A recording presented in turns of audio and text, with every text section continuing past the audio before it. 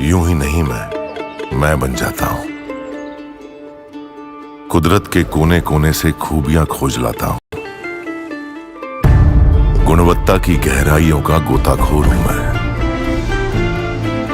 यूं ही नहीं मैं रजनीगंधा बन जाता हूं। लेकिन अब सवाल खड़ा हो रहा है कि पसंद नहीं आने पर इस देश में क्या क्या होगा भाई। कुछ लोगों को वक्फ बिल में संशोधन पसंद नहीं आ रहा और आप खुद देख लीजिए, वो कह रहे हैं कि पूरे देश को शाहीन बाग बना देंगे। हिंदू मंदिर के सोने और संपत्ति पर इनकी नजर टिक गई है। दरअसल संसद में मोदी सरकार वक्फ संशोधन बिल पेश करने की तैयारी में, लेकिन इस बिल के विरोध में मुस्लिम संगठन अब शाहीन बाग पार्ट 2 की तैयारी कर रहे हैं। All India Muslim personal law board यानी AIMPLB वक्फ बोर्ड के खिलाफ प्रदर्शन का ऐलान कर रहा है। 17 मार्च को जंतर मंतर पर यह प्रदर्शन किया जाएगा कहा जा रहा है। वक्फ बिल के खिलाफ मुस्लिम संगठनों को विरोध प्रदर्शन करने का पूरा हक है, लेकिन दिक्कत यह है कि मुस्लिम संगठन इस प्रदर्शन की आड़ में अलग ही मंसूबे पाल कर बैठे। आप देखिए कि किस तरह से वक्फ बिल के नाम पर लोगों को डराया जा रहा है, धमकियां दी जा रही। All India Muslim personal law board इसे मुसलमानों पर डायरेक्ट अटैक बता रही है। किसान आंदोलन की तरह आंदोलन की धमकी दे रहे हैं। All India Muslim personal law board के प्रवक्ता इलियासी ने कहा कि अगर वक्फ बिल लागू हुआ तो पूरे देश को शाहीन बाग बना देंगे। जमीयते उलमाए हिंद के अरशद मदनी ने कहा कि मुसलमानों ने 12 साल से धैर्य दिखाया है, लेकिन शरीयत में दखल बर्दाश्त नहीं करेंगे। यानी अगर इनके मन मुताबिक कोई काम ना हो तो पूरे देश में हंगामा करने की धमकी दे रहे हैं, पूरे देश को शाहीन बाग बनाने की धमकी दे रहे हैं। सुनिए एक बार, फिर बताऊंगा कि वक्फ बिल की बात करते करते मंदिरों का सोना और खजाना कैसे इनके निशाने पर आ गया है। देशव्यापी अभियान छेड़ेंगे और मेरे नजदीक शाहीन बाग भी एक पीसफुल और डेमोन्स्ट्रेशन था, तो उसमें कोई गलत बात नहीं थी। उसमें कहीं हिंसा नहीं हुई, कहीं कुछ नहीं हुआ, पूरा डेमोन्स्ट्रेशन पीसफुल था। वो भी देशव्यापी था। तो अगर आप शाहीन बाग समझते हो तो शाहीन बाग समझिए, लेकिन हम तो देशव्यापी अभियान छेड़ने की बात कर रहे हैं। वक्फ संशोधन बिल के विरोध में मुस्लिम संगठन इस तरह का माहौल बना रहे हैं जिससे भारत में मुसलमानों पर बड़ा अत्याचार हो रहा है। इसी बीच शिया धर्मगुरु मौलाना कल्बे जव्वाद तो अलग ही बात करने लगे। कहां बात वक्फ बोर्ड की हो रही और मौलाना कल्बे जव्वाद कहने लगे कि देश के मंदिरों में कई हजार टन सोना पड़ा है, उसे गरीबों में बांट दो। एक बार मौलाना कल्बे जव्वाद को सुनिए, फिर बताऊंगा कि इस बयान पर कैसे बवाल मच गया। क्योंकि ये कहते हैं गरीबों की मदद करेंगे, हमारे कब्जे में आ जाएगा तो गरीबों की मदद करेंगे। तो हमने उसी में कहा कि इस वक्त 5 लाख से ज्यादा मंदिर हिंदुओं के हैं जिसमें कई हजार टन सोना है। सिर्फ एक मंदिर से 400 किलो सोना चोरी हुआ था। तुम छोटे छोटे औकात से मदद करोगे, ये हजारों टन सोना बाहर निकालो और निर्धन हिंदुओं में बांटो उसको।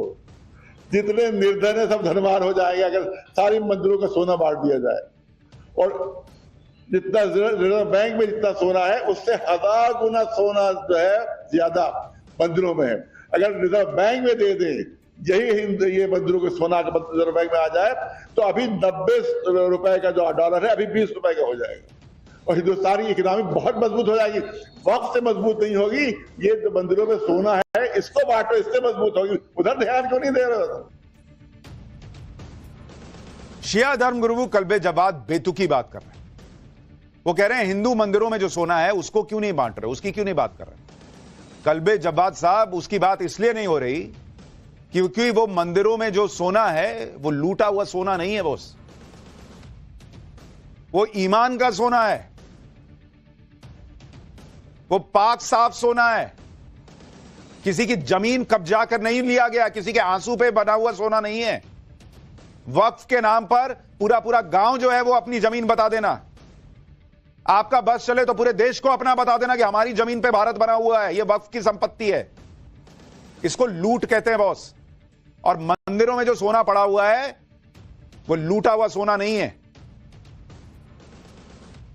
वोट बैंक के चक्कर में समाजवादी पार्टी के नेता भी न सिर्फ उनकी बात का समर्थन कर रहे हैं बल्कि यहां तक कह रहे हैं कि सरकार मस्जिदों के बाद मंदिरों और गुरुद्वारों पर भी कंट्रोल कर लेगी। एक बार अमीक जमई को सुनिए, यहां समाजवादी पार्टी के प्रवक्ता हैं, फिर बताऊंगा कि हिंदू मंदिरों के सोने पर बात करके कैसे मुस्लिम धर्मगुरु ने वक्फ पर अपने ही नैरेटिव को कमजोर कर दिया। साहब ने बहुत अच्छी बात कही है। ये सरकार जो है ना, ये सिर्फ मस्जिदों पे कंट्रोल नहीं करना चाहती है। वक्फ के जरिए जो पूरे देश में लोग खुश हो रहे हैं कि मुसलमानों को टाइट किया जा रहा है, वक्फ की संपत्तियों पे सरकार कब्जा कर रही है, धीरे धीरे इस देश की मंदिरों पे कंट्रोल होगा। आज मस्जिदें अगर कंट्रोल में ली जा रही हैं, ऐसा नहीं है कि मंदिरें कंट्रोल में नहीं ली जाएंगी। कल सिख गुरुद्वारे भी कंट्रोल में लिए जाएंगे और लिए जा रहे हैं। तो कलबे जवाद साहब ने बहुत गंभीर बात कही है। आज नहीं, इस बात को लोग कल समझेंगे। अच्छा, एक बड़ा अलग हिसाब चलता है। मतलब वक्फ कानून पे कुछ हुआ तो पहले हिंदू का करके दिखाओ, कोई भी चीज हो पहले हिंदू का करके दिखाओ। लेकिन जब बात होती है कि भाई सारे लोग जो हैं वो यूनिफॉर्म सिविल कोड मान के चल रहे हैं, तो मुस्लिम पर्सनल लॉ छोड़ दीजिए। नहीं नहीं, वो हमारा अलग चलेगा। क्यों भाई? वहां क्यों नहीं बोलते कि अरे हिंदू तो मान रहा है, हम भी मान लेते हैं। हिंदू तो 3 तलाक नहीं दे रहा, हम भी छोड़ देते हैं।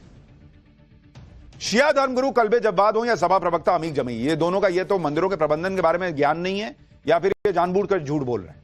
क्योंकि सच ये है कि देश के बड़े बड़े मंदिरों का कंट्रोल तो ऑलरेडी सरकार के पास ही है। मंदिरों को सरकारी नियंत्रण के अधीन लाने के लिए अलग अलग राज्यों में अलग अलग कानून ऑलरेडी हैं, और यह नियंत्रण आजादी के पहले से चला आ रहा है। साल 1925 में Hindu religious institutions and charitable endowments act पास हुआ। इसी तरह के कानून के जरिए दक्षिण भारत में बड़े बड़े मंदिर का मैनेजमेंट सीधे सरकार संभालती है, और इन मंदिरों के मैनेजमेंट के जरिए सरकार को रेवेन्यू मिलता है, उनकी कमाई होती है। और जो मंदिर सरकार के नियंत्रण में नहीं है वो ट्रस्ट के जरिए संचालित हो रहे हैं, जैसे राम मंदिर। तो फिर ये कहना कि मंदिरों पर सरकार का नियंत्रण हो जाएगा, नियंत्रण तो बहुत पहले से है, और इसे लेकर देश में हिंदू संगठन तो रोड ब्लॉक नहीं कर रहे। दूसरी बात, मंदिर किसी की जमीन पर थोड़ी कब्जा रहे हैं। कोई भी मंदिर का ट्रस्ट थोड़ी ये कह देता है कि हाँ फलाना जमीन अब मेरी हो गई, ये मेरी है, मैंने कह दिया मेरी है।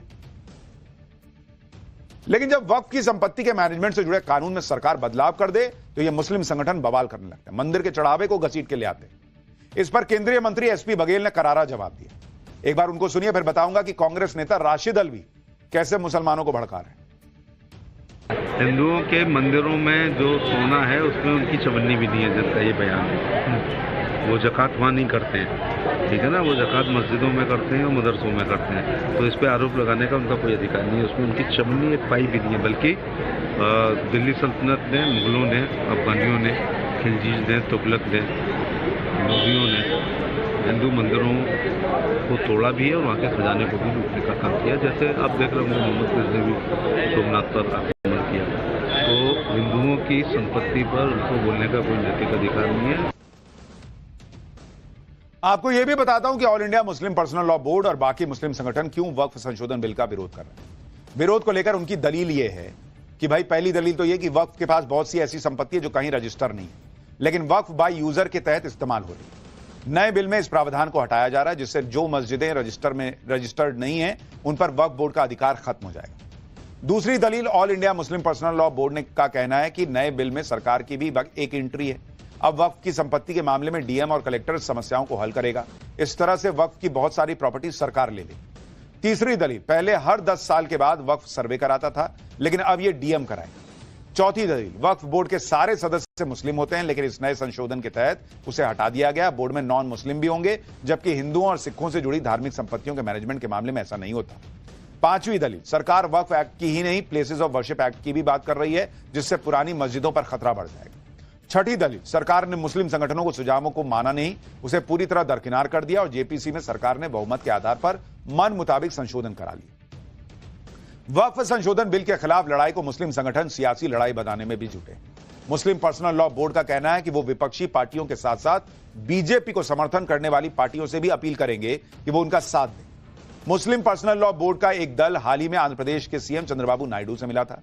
मुस्लिम बोर्ड का दावा है कि चंद्रबाबू नायडू की तरफ से उन्हें इस मामले में देखने का भरोसा मिला। इसके अलावा बोर्ड के सदस्य बिहार से सीएम नीतीश कुमार को भी मिल चुके हैं। इस सियासी लामबंदी के बीच कांग्रेस नेता राशिद अलवी ने मुसलमानों को उकसाने वाला बयान दिया।